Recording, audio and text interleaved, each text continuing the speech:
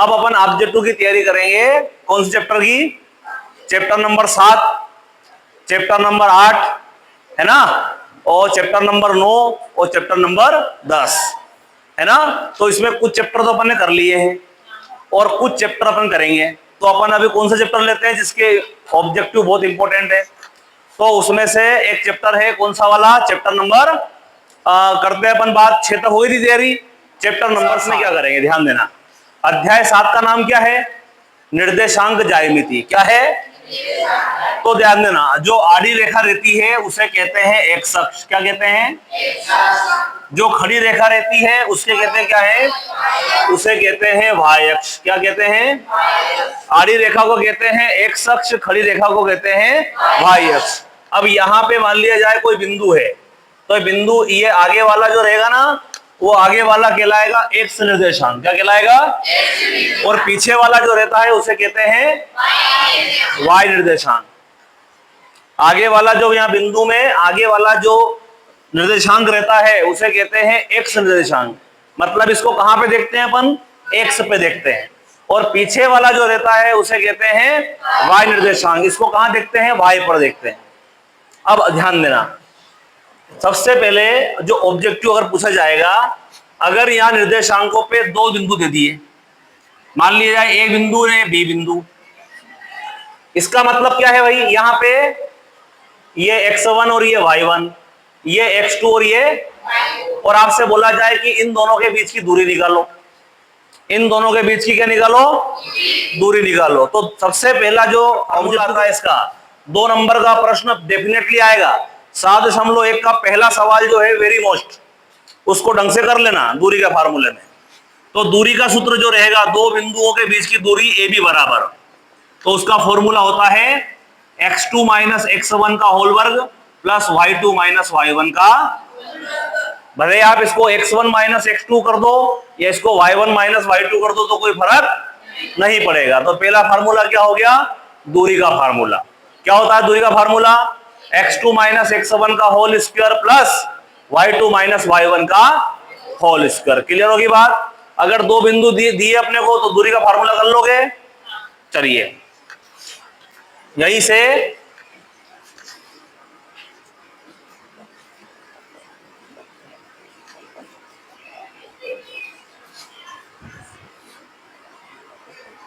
किसी बिंदु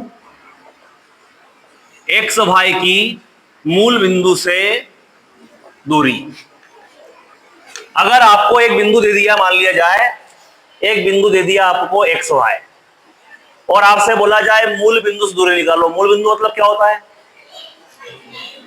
मूल बिंदु क्या होता है? तो देखो, ये वाला x1 y1 और ये क्या हो जाएगा? तो फॉर्मूला क्या रहेगा हमारा? फॉर्मूला ये रहेगा x2 माइनस x1 का होल वर्ग। तो x2 का काम कौन कर रहा? x कर रहा, और x1 का काम कौन कर रहा? तो x माइनस 0, तो क्या हो जाएगा? ये x का वर्ग, और y माइनस 0 तो क्या हो जाएगा? तो किसी बिंदु x y की मूल बिंदु से दूरी का सूत्र क्या होता है? करनी में x वर्ग प्लस y वर्ग। यहां से आपका ऑब्जेक्टिव क्या बनेगा? यहां से आपका ऑब्जेक्टिव बनेगा, यूं आ गया, किसी बिंदु -2 4 की मूल बिंदु से दूरी। क्या होगा? यहां पे x का काम कौन करेगा? -2, y का काम कौन करेगा? तो ये हो जाएगा हमारा -2 का वर्ग, और ये हो जाएगा हमारा 4 का वर्ग। तो -2 का वर्ग क्या होता है? -2 का वर्ग होता है -2 गुणित -2, और 4 का वर्ग क्या होता है? 16, और 4 कितना होता है? 20। और 20 को तोड़ो, क्या आएगा? 2 गुणित 2 गुणित 20 को तोड़ोगे ना तुम, तो क्या आएगा? 2 एकम 2 0, 2 पंजा 10, 5 एकम 5। तो जो है अंदर 2 बार, तो ये आएगा, इसका उत्तर क्या आएगा? 2 करनी 5। आई बात समझ में? सवाल ये नहीं आया, ये आ गया किसी बिंदु 3 4 की मूल बिंदु से दूरी। बताओ क्या होगा? उत्तर क्या आएगा इसका? फार्मूला क्या होता है?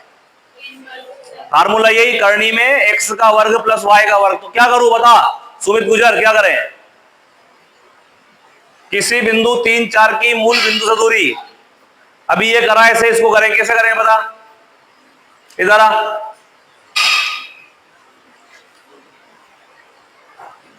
बताओ क्या करेंगे।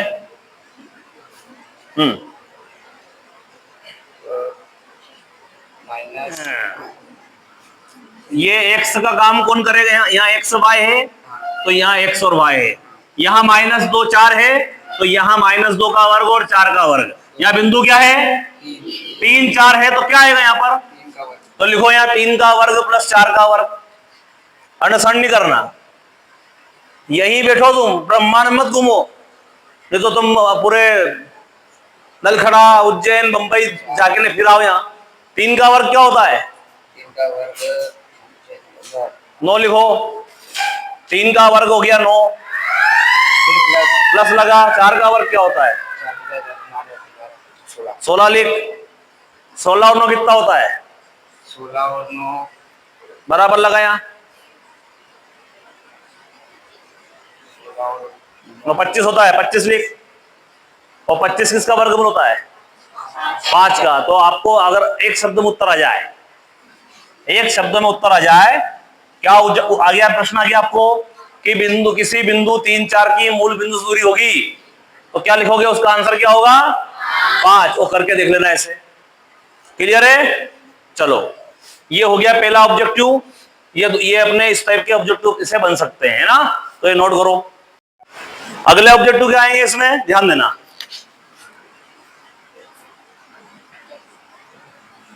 बिंदु एक्स वाई में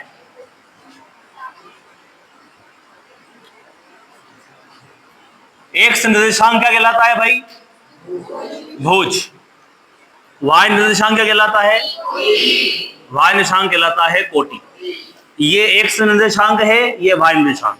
अगर पेपर में ऑब्जेक्टिव आ गया, क्या आ गया पेपर में ऑब्जेक्टिव, बिंदु 3 4 में भुज है, यहां आ गया -4 7 में कोटि है।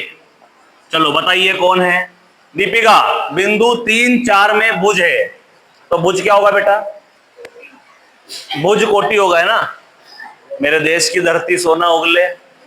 हाँ लक्ष्मी सेन, बिंदु 3 4 में भुज है, मैंने साफ साफ लिखा, जो एक्स वाला निर्देशांक रहता है वो भुज कहलाता है, और वाई वाला निर्देशांक जो रहता है वो कोटि कहलाती है। तो बिंदु 3 4 में भुज है, शाबाश। आगे वाला होता है एक्स निर्देशांक और पीछे वाला होता है वाई निर्देशांक। तो अगर 3 4 में भुज का मान पूछे तो क्या होगा 3। बताओ हमारे कृष्णा जी झाला, -4 7 में कोटि है,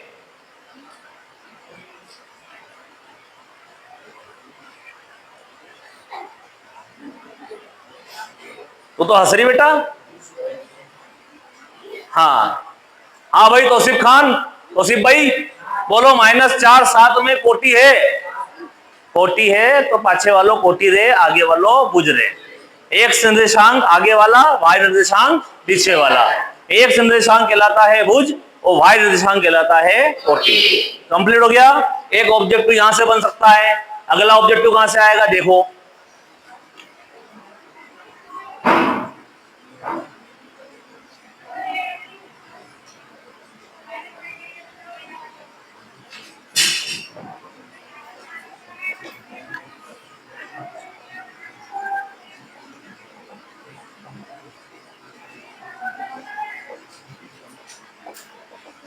बिंदु एक्स वाई की वाई अक्ष से दूरी। अब इसको पहले थोड़ा सा अपन ग्राफ पे समझते, ध्यान देना।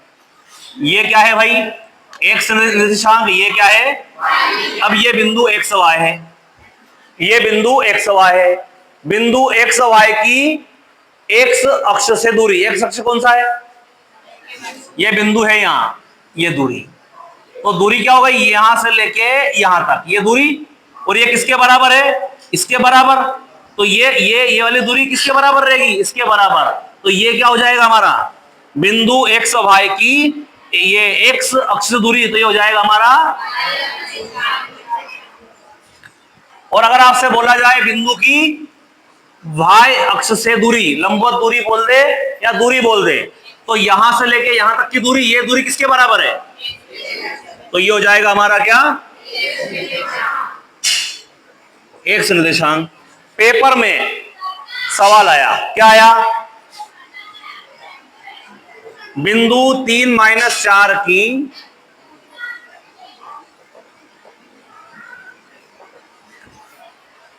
बराबर क्या होगी? बिंदु 3-4 की एक्स अक्ष से दूरी। हमने क्या बोला? अगर बिंदु की किसी अक्ष से दूरी आए, एक्स अक्ष से दूरी क्या होता है? एक्स अक्ष दूरी पूछ लिया तो वाई वाला मान क्या? वाई वाला मान क्या है? और अगर पेपर में आ गया बिंदु, बताओ सिद्धि, 2-5 की वाई अक्ष से दूरी, बताओ वाई अक्ष दूरी क्या हो जाएगी? एक्स निर्देशांक। तो ये हो जाएगी 2। कभी कभी रिक्त स्थान में पूछ लेता है, यहां एक शब्द में पूछ लेता है, कहीं में पूछ ले, या चूज द करेक्ट आंसर पूछ ले, बिंदु एक्स वाई की वाई अक्ष से दूरी एक्स निर्देशांक, या फिर इसका एक और नाम क्या है? और बिंदु एक्स वाई की एक्स अक्ष दूरी। अब पेपर में आ गया सत्य सत्य में, किसी बिंदु एक्स वाई की एक्स अक्ष से दूरी कोटि कहलाती है। किसी बिंदु की एक्स अक्ष दूरी कहलाती है कोटि, सही। और अगर वाई से दूरी आए तो भुज कहलाती है, और अगर उनमें कोटि आ गई उनमें तो असत्य। तो ऐसे प्रश्न पेपर में आ सकते हैं। और ऑब्जेक्टिव 2 नंबर का प्रश्न आता है, कौन सा था ध्यान देना, वो है विभाजन सूत्र। क्या है? अगर आपको एक रेखा दी जाए ए और बी, ए के निर्देशांक क्या रहे? x1 y1, बी के क्या रहे? और एक बिंदु सी ऐसा रहे जो इसको काय में काटे? m1 अनुपात m2 में काटे। तो विभाजक बिंदु सी के निर्देशांक क्या होते हैं? तो ये फॉर्मूला होता है m1 x2 plus m2 x1 और बटे में, और m1 y2 प्लस और बटे में। तो ये होता है विभाजन सूत्र। यदि कोई रेखा को कोई बिंदु m1 अनुपात m2 में काटे तो विभाजन सूत्र का फॉर्मूला होता है ये। अब आपके सामने प्रश्न के साथ जाए 2 नंबर में 7.2 का पहला सवाल उसी विधि का है। छोटे छोटे प्रश्न करना जिसमें आपको सहूलियत रहेगी, 2 नंबर का प्रश्न आ सकता है। अगर आपके सामने 2 बिंदु देंगे और क्या देंगे? अनुपात दे देंगे, 2:3, 4:5, कुछ भी 2 बिंदु देंगे, उनको मानना क्या है? x1 y1, इस वाले को मानना क्या है? x2 y2, अनुपात को मानना m1 और m2, और लगाना फार्मूला, हल कर देना। अगला जो आता है वो आता है मध्य बिंदु के निर्देशांक।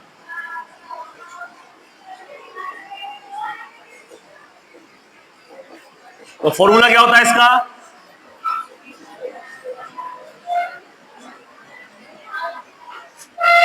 x1 प्लस x2 बटे 2, y1 प्लस y2 बटे 2। एक ऑब्जेक्टिव आ सकता है इसमें, ये आ गया मान लो।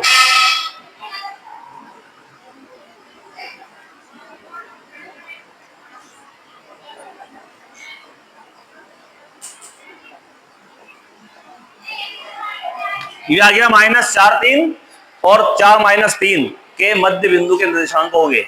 क्या करोगे? ऑब्जेक्टिव में आ गया, क्या करोगे बताइए? मध्य बिंदु की पूछा है, ये क्या हो जाएगा? ये क्या हो जाएगा? y1, इसे कहेंगे x2, इसे कहेंगे y2। मध्य बिंदु के निर्देशांक x1 प्लस x2 बटे 2। तो x1 कौन है भाई? x2 कौन है? y1, y2,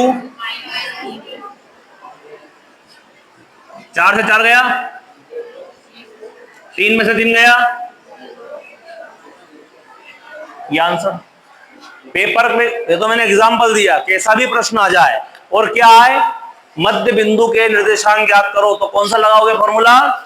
x1 plus x2 बटे 2, y1 प्लस y2 बटे। चलो एक क्वेश्चन बताओ करके, 2 4 और 6 8, के मध्य बिंदु के निर्देशांक ज्ञात करो। ये क्वेश्चन आपके लिए करो। बताओ, मूल बिंदु के निर्देशांक होते हैं, मूल बिंदु के निर्देशांक क्या होते हैं? 0 0। क्या होते हैं? 0 0। ये भी पेपर में आ सकता है।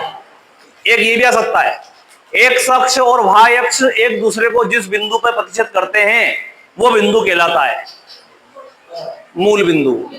एक्स अक्ष और वाई अक्ष एक दूसरे को कहां काटते हैं? मूल बिंदु पे काटते हैं। मूल बिंदु के निर्देशांक 0 0। तो ये प्रश्न भी इस पाठ 7 में आ सकता है। कंप्लीट हो गया। तो ये मैंने कौन से करवाए आपको? 2 नंबर के क्वेश्चन जो आ सकते हैं। कौन से? 7.1 का पहला सवाल और इसके कुछ एग्जाम्पल है। 7.2 का पहला सवाल और मध्य बिंदु वाले फार्मूले। ये प्रश्न तो आपको अच्छे से करना है, आपके ऑब्जेक्टिव भी इससे बन जाएंगे। एक भी ऑब्जेक्टिव आपका बाहर नहीं आएगा। दूरी का फार्मूला आ सकता है। बताओ, एक्स अक्ष कहलाता है भुज, वाई अक्ष कहलाता है, पेपर में आ गया 4 7 में भुज है, कोटि है, बिंदु 4 7 की मूल बिंदु से दूरी। बताओ क्या होगा? मूल बिंदु से दूरी। तो ये एक्स का काम करेगा, ये वाई का काम करेगा। फार्मूला क्या होता है? 4 का वर्ग और 4 का वर्ग 16, 7 का वर्ग 49। उनको प्लस करोगे, जो आएगा वो आंसर आ जाएगा। जोड़ा बने तो ठीक है, नहीं तो ऐसे रख देना, कोई टेंशन नहीं। अगला क्या सकता है? बिंदु 4 7 की एक्स अक्ष से दूरी क्या होगी? बिंदु 4 7 की एक्स अक्ष से दूरी। एक्स अक्ष से पूछे तो वाई निर्देशांक, वाई कौन है? और वाई से दूरी बोले तो क्या आएगा? एक्स निर्देशांक। तो ये ऑब्जेक्टिव पेपर में आते हैं। अध्याय 9। अध्याय 9 में ऑब्जेक्टिव क्या बन सकते हैं? बताओ मेरे को। अध्याय 9 में अगर ऑब्जेक्टिव आया तो वो कैसा आएगा? ध्यान देना। अध्याय 9 का नाम है ऊंचाई एवं दूरी। क्या नाम है? ऊंचाई एवं दूरी। तो आप देखो, यहां पे हमें 3 बातों के बारे में ऑब्जेक्टिव आते हैं। पहली बात कौन सी है? पहला है क्षैतिज रेखा। नंबर दूसरा क्या है? दृष्टि रेखा। 4 बातें हैं। नंबर तीसरी उन्नयन कोण। और नंबर 4 क्या है? अवनमन कोण। इन 4 बातों से अपनी पूरी ट्रिग्नोमेट्री हो गई। तो यहां से बात करते हैं क्षैतिज रेखा, है ना। मैं मान लिया जाए मैं देख रहा हूं, इस बोतल को देख रहा हूं, है ना। तो मैं क्या हो गया? मैं सवाल अगर आएगा मेरा तो मैं क्या हो गया? उस सवाल के लिए प्रेषक, देखने वाला। किसको देख रहा हूं? बोतल को। तो बोतल क्या हो गई? वस्तु हो गई। अब मैं प्रेषक हूं। मैं मान लिया जाए बोतल को देख रहा हूं, तो बताओ, बोतल यहां से 2 रेखाओं पे डिपेंड करता है। सारा खेल 2 रेखाओं पे डिपेंड करता है। कौन सी रेखा बताओ? पहली रेखा है क्षैतिज रेखा और दूसरी रेखा है दृष्टि रेखा। तो सबसे पहला आता है क्षैतिज रेखा क्या होती है ना। प्रेषक में हूं, प्रेषक की आंखों से निकलने वाली सीधी रेखा, प्रेषक की आंखों से निकलने वाली सीधी रेखा क्या कहलाती है? क्षैतिज रेखा कहलाती है। हॉरिजॉन्टल लाइन, जिसको इंग्लिश में कहते हैं हॉरिजॉन्टल लाइन, है ना। प्रेषक की आंखों से निकलने वाली सीधी रेखा कहलाती है क्षैतिज रेखा। ओके। अगला आता है दृष्टि रेखा। मैं मान लो पंखे को देख रहा हूं, तो सबसे पहली रेखा कौन सी रहेगी? प्रेषक की आंखों से निकलने वाली सीधी रेखा, ये कहलाएगी क्या? क्षैतिज रेखा। अब दूसरा आता है नंबर किसका? दृष्टि रेखा का। बताओ दृष्टि रेखा किसे कहते हैं बेटा? मैं कौन हूं? ये कौन है? प्रेषक की आंखों से वस्तु को मिलाने वाली रेखा दृष्टि रेखा कहलाती है। कौन? मैं कौन हूं? प्रेषक। प्रेषक की आंखों से क्या कहलाती है? दृष्टि रेखा कहलाती है। ओके, चलो, क्षैतिज रेखा भी हो गई, दृष्टि रेखा भी हो गई। अब बताओ क्या हो गया? क्षैतिज रेखा क्या होगी? प्रेषक की आंखों से निकलने वाली सीधी रेखा। बता दीपिका, दृष्टि रेखा किसे कहेंगे?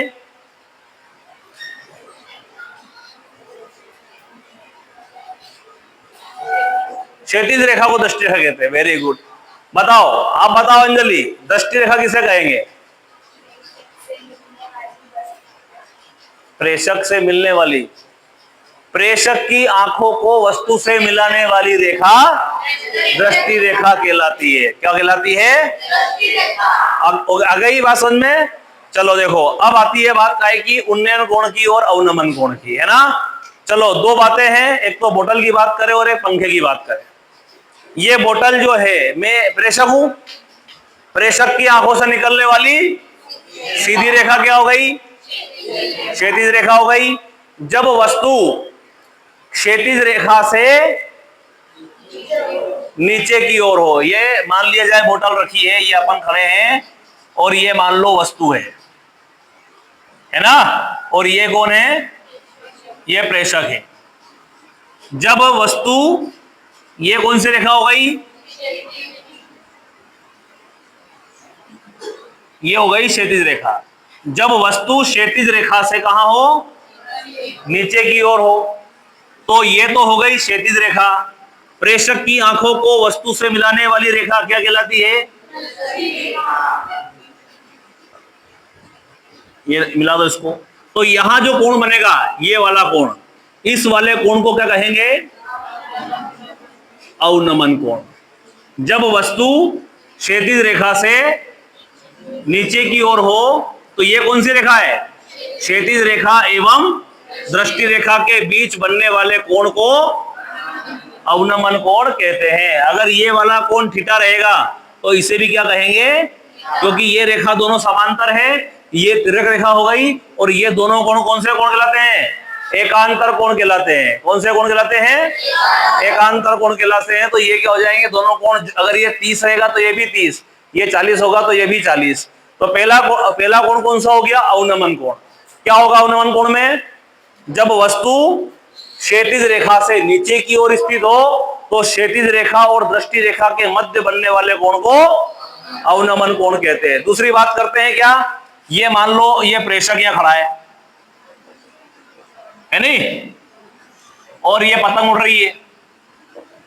अब पतंग उड़ रही है मतलब ये क्या हो गया हमारे लिए? तो प्रेषक की आंखों से निकलने वाली कौन सी रेखा? ये कौन सी रेखा हो गई? क्षैतिज रेखा हो गई। वह रेखा जो प्रेषक की आंखों को कैसे मिलाए, तो ये कौन सी रेखा हो गई भाई? तो क्षैतिज रेखा और दृष्टि रेखा के बीच बनने वाले कोण को क्या बोलेंगे? उन्नयन कोण कहेंगे। और इसको लंब डाल दो यहाँ पे, तो ये बन गया हमारा त्रिभुज, बन गया। तो क्या परिभाषा क्या हो गई उन्नयन कोण की? जब वस्तु क्षैतिज रेखा से ऊपर की ओर स्थित हो, तब क्षैतिज रेखा और दृष्टि रेखा के मध्य बनने वाले कोण को उन्नयन कोण कहते हैं। बताओ तो, बताओ भाई तौसीफ भाई, उन्नयन कोण किसे कहते हैं?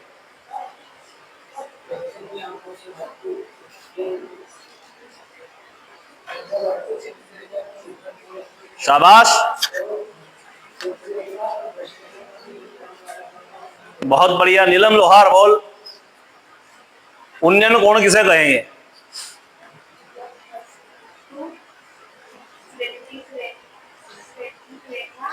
से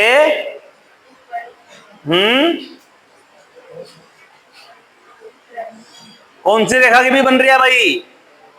ये कौन सी रेखा है? अब क्षैतिज रेखा और दृष्टि रेखा के बीच बनने वाले कोण को क्या कहते हैं? उन्नयन कोण कहते हैं। बात समझ में आ गई? तो एक ऑब्जेक्टिव ऐसा बन सकता है, कौन सा बनेगा?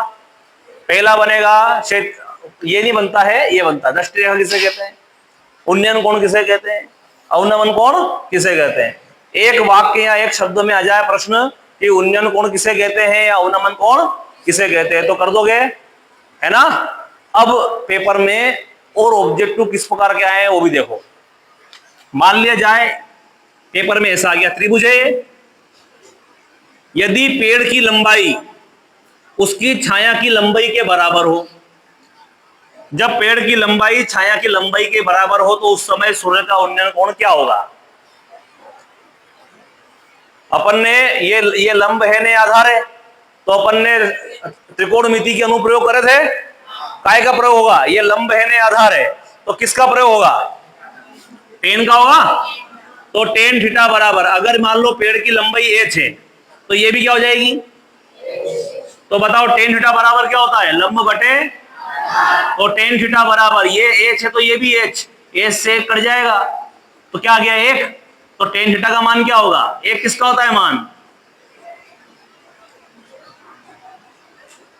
कितने करेगा? 45 डिग्री का। पेपर में आ गया, यदि किसी पेड़ की लंबाई उसकी छाया की पेड़ की ऊंचाई उसकी छाया की लंबाई के बराबर हो तो उस समय सूर्य का उन्नयन कोण क्या होगा? तो क्या होगा भाई? बराबर हो तो 45 डिग्री। एक प्रश्न ऐसा आता है, पेड़ की छाया पेड़ की ऊंचाई की √3 गुना है। किसी पेड़ की छाया जो है उसकी ऊंचाई की कितनी गुना है? √3 गुना है। तो उस समय सूर्य का उन्नयन कोण क्या होगा? पेड़ की छाया ये है, ये ऊंचाई है, तो ऊंचाई मैंने क्या मान ली? तो बताओ ये कितना हो जाएगा? कितना गुना है? √3 गुना। तो ये क्या हो जाएगा? ये मिला दो, क्या बनेगा फार्मूला? टेन थीटा बराबर लंब बटे। तो टेन थीटा बराबर, अब लंब कितना है और आधार कितना है? ये कट जाएगा, एक बचा, 1/√3। बताओ मुझे 1/√3 टेन में किसका मान होता है? जब छाया √3 गुना हो तो कितना गुण आएगा? 30 डिग्री। एक प्रश्न ऐसा आता है, एक और बताओ, एक प्रश्न बताता हूं मैं कैसा आता है। पेड़ की ऊंचाई उसकी छाया की लंबाई की √3 गुना है। उस समय सूर्य का उन्नयन कोण क्या होगा? बताओ क्या होगा? प्रश्न क्या है? पेड़ की ऊंचाई उसकी छाया की जो लंबाई है उससे कितनी गुना है? √3 गुना है। कौन √3 गुना है? यहां क्या सवाल था? इसमें क्या बोला था मैंने सवाल में? पेड़ की छाया जो है उसकी ऊंचाई की √3 गुना है। किसकी ऊंचाई की? पेड़ की ऊंचाई की। तो अपन माना किसको? पेड़ को। तो ये कितनी आ गई? √3h। अब यहां सवाल क्या है? पेड़ की ऊंचाई उसकी छाया की √3 गुना है। तो ये माना किसकी √3 गुना है? छाया की। कौन? ऊंचाई। तो हम क्या करेंगे? यहां मानेंगे किसको? यहां पे बनाओ पेड़, ये छाया ने बना दो सही, ये छाया है तो इसको x मान लो। क्या मान लिया? माना पेड़ की छाया क्या हो गई? x। तो उसकी ऊंचाई कितनी हो जाएगी? x√3। तो फार्मूला क्या हो जाएगा हमारा? वही लंब आधार है, तो क्या लगेगा फार्मूला? टेन थीटा बराबर लंब बटे। तो टेन यहां जाएगा, थीटा बराबर इसका आ जाएगा x√3, यह जाएगा x कट जाएगा। तो टेन थीटा बराबर √3, टेन में किसका मान होता है? तो टेन 30 का नहीं होता है बेटा। तो थीटा का मान क्या जाएगा? 60 डिग्री। 3 प्रश्न आए, 3 प्रश्न आते हैं इसमें। कैसे आएंगे? पेड़ की लंबाई उसकी छाया, पेड़ की ऊंचाई छाया की लंबाई के बराबर है। पेड़ की ऊंचाई छाया की लंबाई के बराबर है तो उस समय सूर्य का उन्नयन कोण क्या होगा? पेड़ की ऊंचाई h मान ली, छाया की लंबाई क्या हो जाएगी? बराबर है। अगर ये h है तो ये भी क्या होगी? तो यहाँ लंब है, ये आधार है, तो फार्मूला क्या लगेगा? टेन थीटा बराबर लंब बटे आधार। ये भी h, ये भी h बटा h। एक आया। एक किसका होता है मान टेन में? टेन 45। तो इसका उत्तर क्या आएगा? एक प्रश्न ही आया। बताओ ये प्रश्न क्या है? ध्यान सुनो प्रश्न। किसी पेड़ की छाया की लंबाई उस पेड़ की ऊंचाई की √3 गुना है। छाया की लंबाई पेड़ की ऊंचाई की √3 गुना है तो उस समय सूर्य का उन्नयन कोण क्या होगा? क्या प्रश्न है? कि छाया की लंबाई पेड़ की ऊंचाई की कितनी गुना है? √3 गुना है। तो क्या माना अपन ने? कौन गुना है? छाया। तो मानेंगे पेड़ की ऊंचाई h मानेंगे, तो उसकी कितनी गुना हो जाएगी? ये √3h हो जाएगी। लगाओ टेन थीटा बराबर लंब बटे। टेन थीटा बराबर लंब का मान हो गया h ने, इसका मान हो गया h√3। h से h कट गया, 1/√3 किसका होता है मान? टेन से टेन कट गया, थीटा की वैल्यू क्या हो गई? अब ये प्रश्न लिख दिया मैंने। क्या प्रश्न है इसका? पेड़ की ऊंचाई उसकी छाया की लंबाई की √3 गुना है। पेड़ की ऊंचाई छाया की दुगनी है, √3 गुना है, तो किसको मानेंगे? छाया की लंबाई अपन ने मान ली गई x, तो एक ऊंचाई कितनी हो जाएगी? x√3। तो tan थीटा बराबर लंब बटे आधार, लंब का मान ये दिया, आधार का मान ये, x से x कट गया, √3 बचा। √3 किसका होता है मान? तो यहाँ पे 3 आंसर आते हैं, एक का 45, एक का 30 और एक का 60। ये पार्ट 9 के ऑब्जेक्टिव है। अब अगला पार्ट जो है हमारा क्या है? अध्याय 10। और पार्ट का नाम क्या है भाई? इसमें से क्या क्या ऑब्जेक्टिव पूछे गए, इसमें से क्या क्या ऑब्जेक्टिव पूछे गए, है ना। तो सबसे पहला ऑब्जेक्टिव, जो बेसिक चीजें आती है ऑब्जेक्टिव में, वो कौन कौन सी है ध्यान देना। पार्ट का नाम क्या है? व्रत। ये व्रत का क्या है भाई? ये व्रत का क्या है? ये व्रत का केंद्र है। और प्रकार को अपन यहां रखते हैं, पॉइंटर यहां रखते हैं, घुमाते हैं तो क्या बनती है? तो यहां से लेके यहां तक जो अपन ने ये लगाई है, इसको क्या कहते हैं?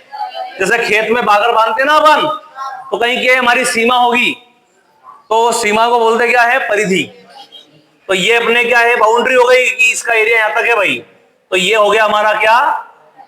परिधि। क्या बोलते हैं इसको? परिधि कहते हैं। अब यहां से पहला ऑब्जेक्टिव क्या आता है, ध्यान देना। ऑब्जेक्टिव बनेगा पहला, तो बनेगा आएगा त्रिज्या का, जीवा का, व्यास का, स्पर्श रेखा का, छेदक रेखा का। ये 5 ऑब्जेक्टिव बन सकते हैं। कैसे बनेंगे? पहला देखो, वृत्त के केंद्र को उसकी परिधि से मिलाने वाली रेखा कहलाती है।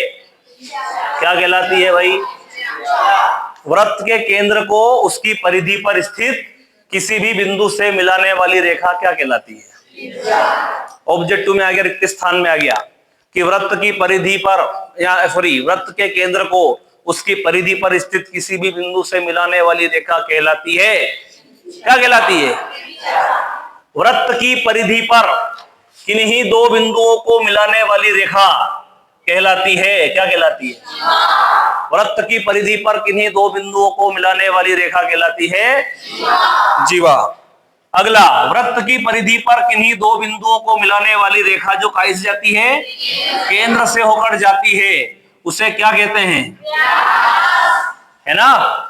व्यास से संबंधित सबसे प्रचलित ऑब्जेक्टिव है, यह है वृत्त की सबसे बड़ी जीवा। क्या कहलाती है भाई? वृत्त की सबसे बड़ी जीवा कहलाती है। तो इसका उत्तर लिखना है आपको, व्यास कहलाती है। क्या कहलाती है? हाँ, जो व्यास होता है वो त्रिज्या का क्या होता है? व्यास त्रिज्या का दुगना होता है। और त्रिज्या जो होती है वो व्यास की क्या होती है? अगर आपको ऑब्जेक्टिव में आ गया कि किसी वृत्त का व्यास 15-20 सेंटीमीटर है, तो उसकी त्रिज्या क्या होगी? बताओ भाई चश्मे, सुमित जी गुजर, यदि किसी वृत्त का व्यास 20 सेंटीमीटर है तो उसकी त्रिज्या होगी, मन नहीं लग रहा का? ऑनलाइन बेइज्जती करूं? आ जा, आ जा, सबके सामने धुले कर दूं तेरी, 100-200 लोग देखेंगे तेरे को। हाँ बताओ क्या होगी भैया यादव साहब? 10 होगी। अगर व्यास 20 है तो त्रिज्या क्या हो जाएगी? 10 हो जाएगी। ईट दूं यार मेरे को, मन यूं देख रही है, यूं देख रही है, यूं नहीं कि ये रंग से देखे उसको। हाँ, यदि वृत्त की त्रिज्या कितनी है? यदि 5 है तो व्यास कितना होगा? वाह, वृत्त की त्रिज्या 5 है तो व्यास कितना होगा? व्यास त्रिज्या का दुगना और त्रिज्या व्यास की, तो त्रिज्या 5 है, व्यास पूछा गया है, डबल कर दो, और व्यास दिया है 10 और त्रिज्या निकालनी है तो आधी कर दो। आज तुम लोग मुझे 40 लोग भी आए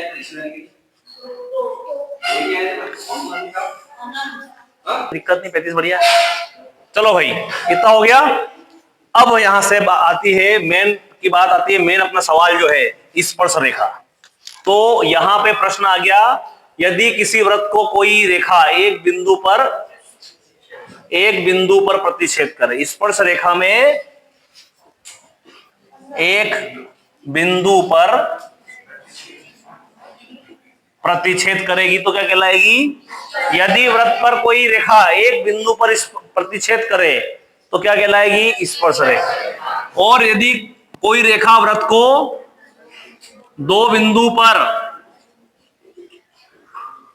प्रतिच्छेद करती है तो क्या कहलाती है?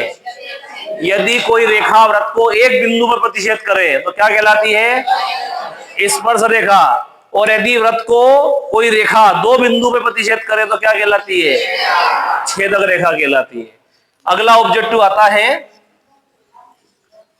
एक वृत्त पर कितनी स्पर्श रेखाएं खींची जा सकती है? तो वृत्त पर कितनी खींच सकते हैं भाई? तो इसका उत्तर क्या रहेगा? एक वृत्त पर कितने बिंदु होते हैं? एक वृत्त पर अनंत बिंदु होते हैं, और हर बिंदु पे क्या कर सकते हैं अपन? स्पर्श रेखा खींच सकते हैं। अगर ये आ जाए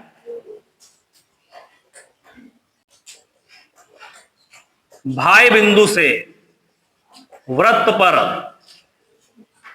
कितनी स्पर्श रेखा खींची जा सकती है?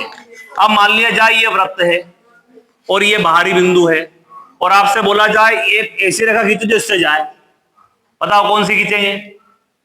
एक तो ये खींचेंगे और एक, अगर तुम इसके अलावा तीसरी कहीं से भी ले जाओगे तो क्या कर देगी? वृत्त में छेद कर देगी। तो भाई बिंदु से वृत्त पर कितनी स्पर्श रेखा खींच सकते हैं? तो इसका उत्तर हो जाएगा हमारा 2। क्या कितना होगा? 2। वृत्त पर कितनी समांतर स्पर्श रेखा खींच सकते हैं? समांतर, एक यहां खिंचाएगी और एक, या फिर एक ऐसे खिंचाएगी तो फिर एक, तो समांतर स्पर्श रेखा कितनी हो जाएगी? 2 हो जाएगी। समांतर स्पर्श रेखा कितनी होगी? 2 हो जाएगी। क्लियर है? एक वृत्त पर कितनी समांतर स्पर्श रेखा खींच सकते हैं? तो उसका उत्तर क्या रहेगा? 2। अगला, एक वृत्त पर किसी बिंदु पर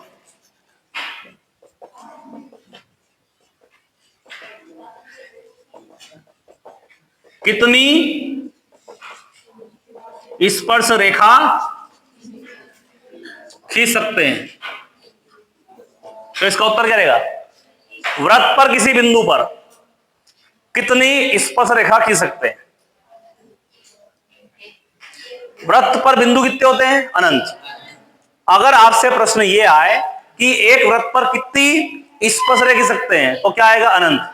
लेकिन ये आ गया कि वृत्त पर किसी बिंदु पर, एक पर्टिकुलर बिंदु पर कितनी खींच सकते हैं, तो इसका उत्तर क्या रहेगा?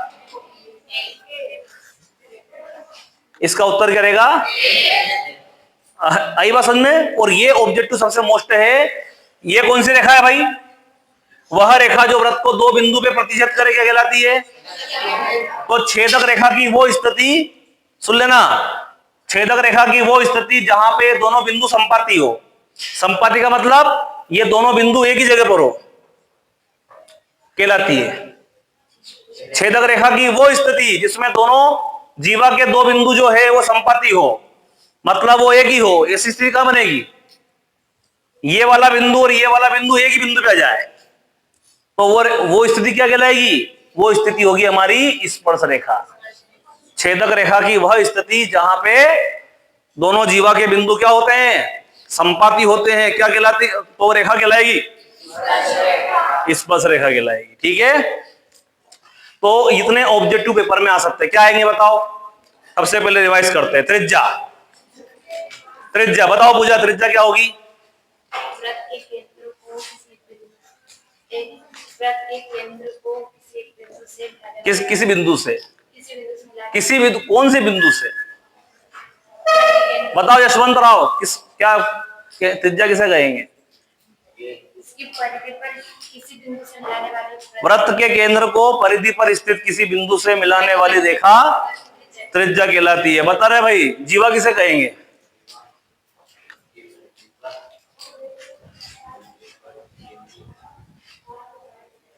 क्या कहलाएगी बताओ, आप बोलो लक्ष्मी, जीवा किसे कहेंगे? जीवा केंद्र पर स्थित किसी केंद्र पर? अरे वाह यार। वृत्त की परिधि पर स्थित किन्हीं दो बिंदु को मिलाने वाली वृत्त की परिधि पर स्थित किन्हीं दो बिंदु को मिलाने वाली रेखा जीवा के, मिलाने वाली, प्रतिच्छेद करने वाली नहीं, दो बिंदु पे प्रतिच्छेद करने वाली रेखा कहलाती है छेदक रेखा, और मिलाने वाली रेखा जो रहती है उसे कहते हैं जीवा कहलाती है। व्यास किसे कहेंगे बताओ कुसुमगिर, व्यास किसे कहेंगे? परिधि पर किसी बिंदु से अरे रे, वृत्त केंद्र से वृत्त पर किन्हीं दो बिंदु को मिलाने वाली रेखा जो केंद्र से होकर जाती है क्या कहलाती है? वृत्त का छेदक रेखा किसे, सॉरी प्रतिच्छेदी रेखा किसे कहेंगे? यहाँ छेदक रेखा किसे कहेंगे? वृत्त को दो बिंदु, ऐसी रेखा जो वृत्त को दो बिंदु पर प्रतिच्छेद करे छेदक रेखा कहलाती है। स्पर्श रेखा किसे कहेंगे? ऐसी रेखा जो वृत्त को एक बिंदु पे प्रतिच्छेद करे उसे कहेंगे स्पर्श रेखा। वृत्त की सबसे बड़ी जीवा कहलाती है व्यास। एक वृत्त पर कितनी स्पर्श रेखाएं खींची जा सकती है? अनंत। बाह्य बिंदु से समांतर दो, और किसी वृत्त पर किसी बिंदु पर, है ना? तो ये परिभाषाएं ये ऑब्जेक्टिव पेपर में आपके आ सकते हैं। ये कौन सा पार्ट हो गया अपना? और एक और बात, वृत्त पर बाह्य बिंदु से खींची गई स्पर्श रेखाओं की लंबाइयां होती है।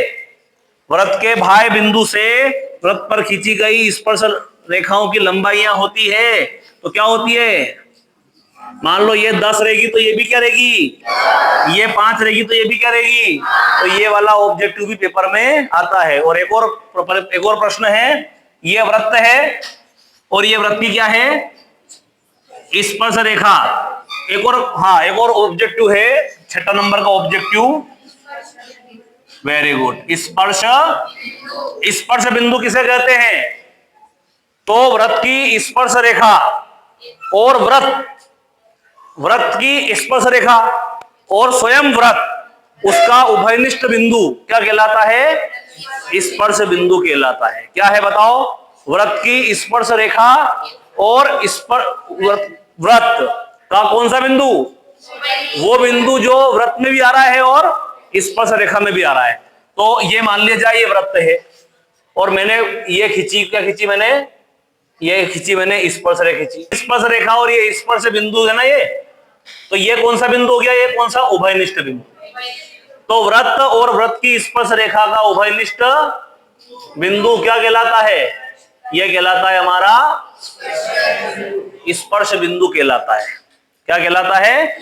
और एक प्रमेय और है कि वृत्त की स्पर्श रेखा और स्पर्श बिंदु से जाने वाली त्रिज्या परस्पर क्या होती है? लंब होती है। क्या होती है? लंब होती है। ये मोस्ट इंपोर्टेंट ऑब्जेक्टिव है कि वृत्त की स्पर्श रेखा और स्पर्श बिंदु से जाने वाली त्रिज्या परस्पर होती है, तो क्या होती है? लंब होती है। और ये सारे कहां मिलेंगे? 3 ऑब्जेक्टिव, ये वाला, लंब वाला, ये तो ये कहां मिलेंगे? पार्ट 10 के सारांश में मिलेंगे। 10.1 में जो सवाल कौन सा है? तो तीसरा, 10.1 का तीसरा, 2 का पहला और 6, ये 3 सवाल जो हैं ये पेपर में आने वाले सवाल है। देखो पेपर में क्या होगा, या तो प्रमेय आएगी या फिर सवाल आएंगे। पेपर बनाने वाले की मानसिकता क्या रहती है? या तो क्या देगा वो? प्रमेय देगा। प्रमेय है इसमें, करवाई मैंने प्रमेय, वो PA बराबर PB, या तो प्रमेय देगा या फिर क्या देगा? सवाल देगा। तो सवाल कौन कौन से आने की संभावना प्रबल है? तो ये 10.1 का है तीसरा वाला, 10.2 का है पहला और 6 वाला, है ना? तो ये प्रश्न IMP है, आने जैसे हैं। अब इन प्रश्नों में कॉमन चीज क्या है, ध्यान देना। यहां हमको क्या देंगे भाई? वृत्त देंगे। आपको चित्र सबका ऐसे बनाना है, इनमें तीनों का ये ऐसा बनाना है, केंद्र बनाना है, इसको मिलाना है, और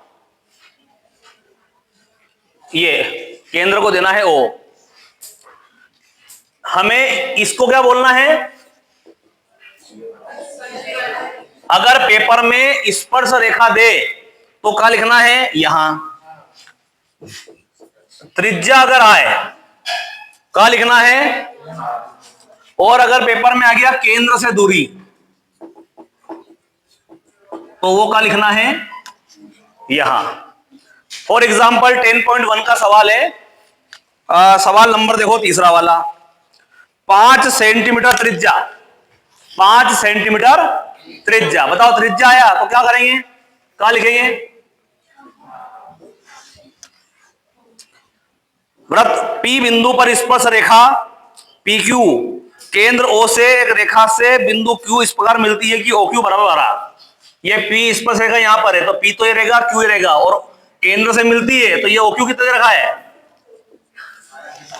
और क्या निकालना है, PQ की लंबाई, तो ये निकालना है, इसको मान लो x।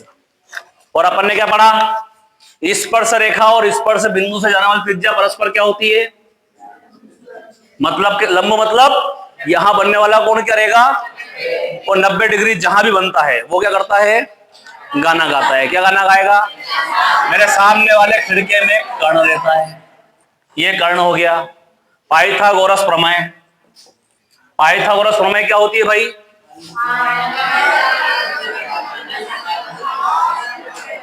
है ना, दिया है दिया है, तुम्हें लिख लेना शब्दारों में, शॉर्टकट में दिया है लिख देना कि दिया है त्रिज्या OP बराबर दे रखा है 5 सेंटीमीटर, OQ बराबर दे रखा है 12 सेंटीमीटर, ज्ञात करना है, क्या ज्ञात करना है, PQ की लंबाई। पाई समकोण त्रिभुज, कौन सा त्रिभुज है ये, OPQ, क्या लिखोगे, समकोण त्रिभुज OPQ में पाइथागोरस क्या प्रमेय होती है, कर्ण का वर्ग बराबर लंब का वर्ग धन, बताओ कर्ण का मान क्या है, 12 है, लंब का मान ये ज्ञात करना है x का, हाँ ये लंब ये मानेंगे अपन।